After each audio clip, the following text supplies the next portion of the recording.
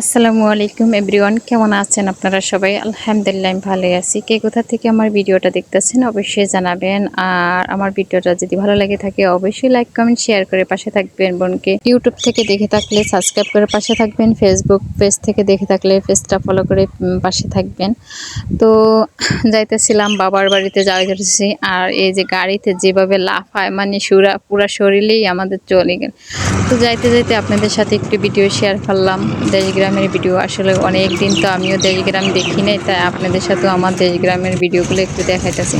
তো এদিক দিয়ে আসলে এই এলাকাতে ঘোরাঘুরি চলতেছে, তারপরও আমি আগে ভাগে যাচ্ছি, যেহেতু বাবার বাড়ি যাবো, মনটা তো আনছানি করতেছিল।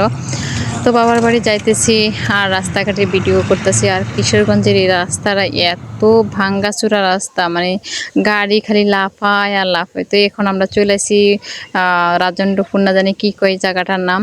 তো সেখানে আমরা চলে আসি রাজেন্দ্রপুরের। এখান থেকে আমরা এখন এই যে গাজীপুরের দিকে যাইতেছি, যেহেতু আমরা বরিশাল যাব, তো সদরঘাট যাইতেছি আমরা। তো গাড়ি ঘোড়া যে এত অস্থিরতার, যেই গরম বাপরে বাপ বলার বাহিরে, প্রচণ্ড গরম। আর আমি আমার বাবার বাড়িতে তবু একটু ভয়েস দিতে আইছি এখন। আজকে সকালবেলা আমার বাবার বাড়িতে আসছি, গেছে কালকে রওনা হচ্ছে, আজকে সকালবেলা আমরা আসছি। না সারা রাত দিন আমরা কিছুই না খাওয়া, না তিনটা মানুষ আমরা সবাই না খাওয়ার মতো ছিলাম। আর আলহামদুলিল্লাহ বাড়িতে আসছি এখন, আইসে সকালবেলা খাইছি। তো সেগুলো ভিডিও আপনাদের সাথে একটু দেখাবো। লঞ্চেরও এই ভিডিও আছে অনেকগুলাই। তো এইভাবেই আমাদের চলতেছে রাস্তাঘাটের ভিডিও। তো আমরা পড়ায় ঢাকার পাশাপাশি চলে আইছি গা, ঢাকার কাছাকাছি একবারে ঢাকাতেই। তো এখানে আসলে কি যে কি বলবো, বলার ভাষা নাই। এত রোদ, না গাড়ির মধ্যে বইয়ের শান্তি আছে, না খাইয়া শান্তি আছে, না কিছু করে শান্তি আছে। তো এমনি আমরা যাইতেছিলাম, আর আমার ভাই, আমি, আপনাদের দুলাভাই তিনজনে যাইতেছিলাম। তো এদিক দিয়ে মনে করেন গার্মেন্টসও ছুটি হয়েছে, মানুষ গার্মেন্টসের জন্য বাসায় যাইতেছে। পথগুলো আসলে অনেক সুন্দর লাগে, তাই না? চলতি গাড়ির মাঝখানে ভিডিও করতে পারি না, এত গাড়ি ঝাঁকায়। আর বইছি ইয়ের উপরে, চাক্কার সোজাসুজি বইছি। তো আমি সবসময় সামনের সিটে বসার চেষ্টা করি, তবে আমরা গাড়ি আর পাই না। তবে আরও 15 মিনিট যদি আমরা লেট করে আসতাম অবশ্যই আমরা গাড়িটা পাইতাম বা সামনের সিটে বসতাম। তো সামনের সিটে বসলে কি গাড়ি এত ঝাঁকুনিটা খাওয়া লাগে না, যদি পিছনে গাড়িতে বসেন ঝাঁকুনিটা বেশি খাওয়া লাগে, কারণ ওইখানে চাক্কার এদিকে লাফায় ওঠে। তো এই জন্য আর কি বেশি করে ঝাঁকুনিটা খাওয়া লাগে।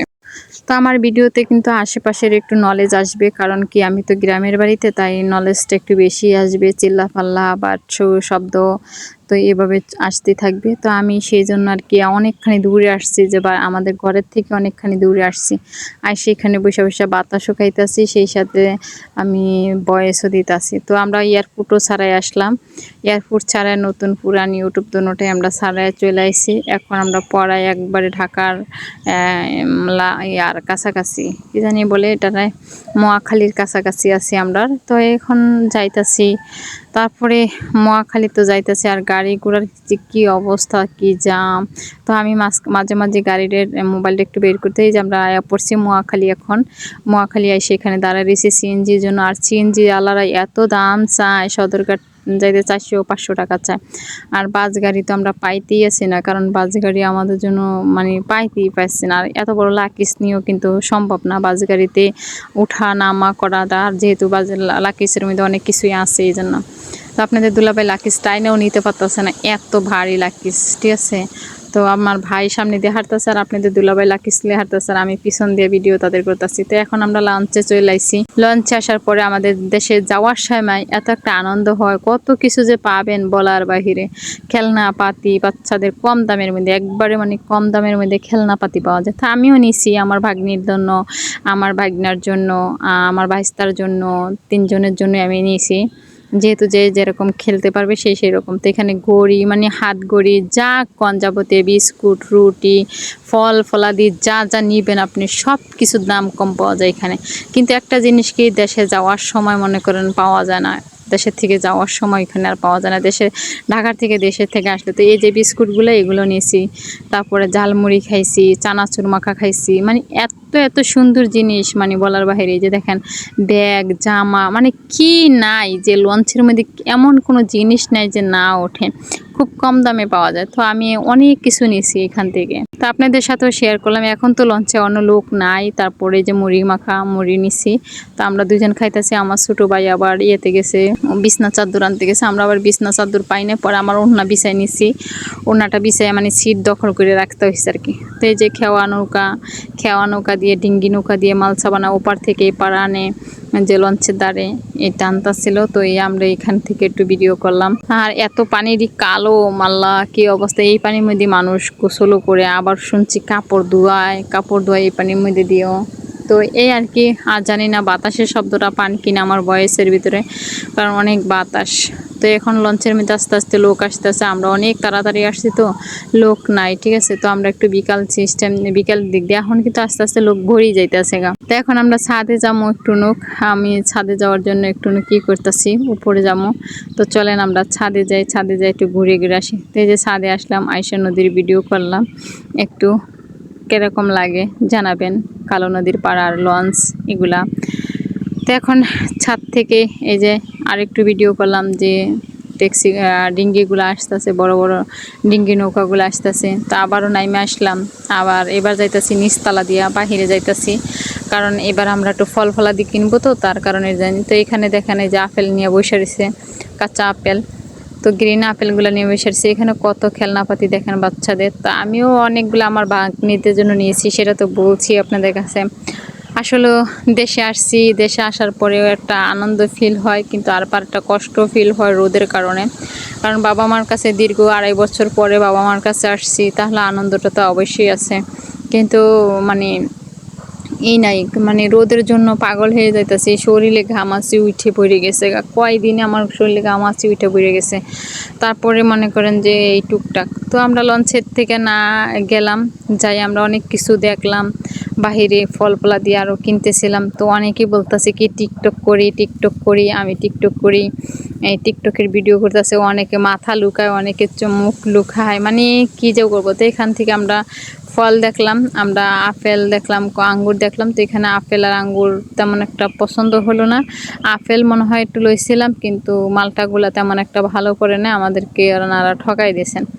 তারপর আঙ্গুর ফল আর নেই, পরে আঙ্গুর ফল আর নেই। এখান থেকে কমলাগুলা নিয়েছিলাম, কমলাগুলা একটু দাগি, মানে আমরা বাচ্চা নিতে লইছি, উনি আমাদেরকে দেয় না, কলে আমরাই দিমু বাচ্চা আপনাদেরকে পচাতা দিতাম, কিন্তু উনিরা আমাদেরকে পচাতাই দিয়েছেন। তো এখানেও কতগুলা কেক বিস্কুট নিছে। এখানে একটা ছেলে আমাকে বলতেছে যে আপু আপনি কি ব্লগ ভিডিও করেন? আমি কি হ্যাঁ। তারপর পাশের একজন ছেলে বলতেছে ওরও ব্লগ ভিডিও, ওরও চ্যানেল আছে। আচ্ছা, তো আমার চ্যানেলের নাম জিজ্ঞালো, আমি পরে বললাম আমার চ্যানেলের নাম। তা আমি আর ওনারটা জিজ্ঞাসা করি না। তো এই যে আমাদের লঞ্চ হয়েছে এইটা, বেতুয়া চরপেশন কর্ণফুলী 13, এটা হচ্ছে আমাদের লঞ্চ। তো এই লঞ্চটা রাত্রে 8টা বাজে, 8:30 বাজে ছাড়ে। আর এটা পাশের। তো এখানে বেদেনা আঙ্গুর, তো আমি এখান থেকে বেদেনা নিচ্ছি, আঙ্গুর নিব আর বেদেনা নিব, দুইটাই নিব আর কি। তো এখানে আঙ্গুর নিব 1 কেজি, আর বেদেনা নিব মানে আনার ফল নিব 1 কেজি। তো এইভাবে নিতেছি। বাবার বাড়ি যামু যেহেতু, একটু ফল ফলাদি যদি না নেই কেমন হয়, তাই না? তো ফল ফলাদি নিতেছি কম দাম দেখে, এত বেশি করে নিতেছি। আসলে দাম বেশি হলে তো, শহরের ভিতরে হলে তো এতটা নেওয়া যাইতো না, কারণ যেই টাকা দিয়ে শহরের ভিতর থেকে নিছি সেই টাকা দিয়ে মনে করেন এইখানে আমরা নিতে পারছি। তো এখানে অনেক ফলের দোকানদার। তো আমি সেই সিঁড়িভাবে আপনাদের সাথে একটু শেয়ার করলাম। যদি আপনাদের ভালো লেগে থাকে অবশ্যই বোনের ইউটিউব চ্যানেলটা সাবস্ক্রাইব করে পাশে থাকবেন আর সাথে থাকবেন। তো এখানে একটু পানালা ভাইয়া, আমি আবার একটু পান খাওয়া, মিষ্টি জর্দা দিয়ে একটা পান খাই, যেহেতু আমি ওই যে চুনের পানটা বেশি খাইতে পারি না। তো আমি ওই ভাইকে বললাম ভাই মিষ্টি জর্দা দিয়ে আমাকে একটু পান দিয়ে। তো উনি আমার জন্য পান বানাইতেছে। আর এত বড় একটা মিষ্টি, এতটি মিষ্টি দিছে বলার বাইরে। তো এখন দেখেন লোকে বইরা গেছে গা, আস্তে আস্তে কিন্তু লঞ্চের ভিতরে একবারে লোকে বইরা গেছে। দেখছেন কীরকম খালি ছিল। আর উনি পুলিশ মানে সিকিউরিটি গার্ডের মতো থাকেন। তো ওনারে বলি কি আপনার ভিডিও নিতেছি দাঁড়ান, আর কেন আমার ভিডিও নিয়ে না, আমার শরম করে। আমি কি কিসের শরম, আপনার পুরুষ মানুষ কিসের শরম। তো এই হুজুরও দেখি ভিডিও করতেছেন। তো আমরা আবারও ছাদে উঠলাম, ছাদে উঠে আমি আবারও ভিডিও করলাম। তো আপনাদের দুলাভাই আমার সাথে সাথে আছে। তো আমি শুনক আপনাদের দুলাভাই ছিল না আমি যখন ভিডিও করতে আসছিলাম, একবার আপনাদের দুলাভাই ছিল না, আরেকবার আপনাদের দুলাভাইকে নিয়ে আমি ছাদে উঠছি, তো ছাদে উঠে একটু ভিডিও করলাম। তো এই যে লোকটাকে দেখা যায় কীরকম জানি একটা সন্দেহজনক আমার লাগলো। এই যে পাশে যে লুঙ্গি পরা লোকটা কমলা কালারে, এই লোকটাকে দেখে না কীরকম জানি একটু সন্দেহ লাগলো। মনে হচ্ছে কি একজন একটা ছিনতাইকারী লোক হবে হয়তো বা, এই জিনিসটা মনে হচ্ছে। তো আমি একটু সাবধানে ওনার কাছ থেকে ছিলাম, ঠিক আছে, ওনার পাশ থেকে ছিলাম সাবধানে।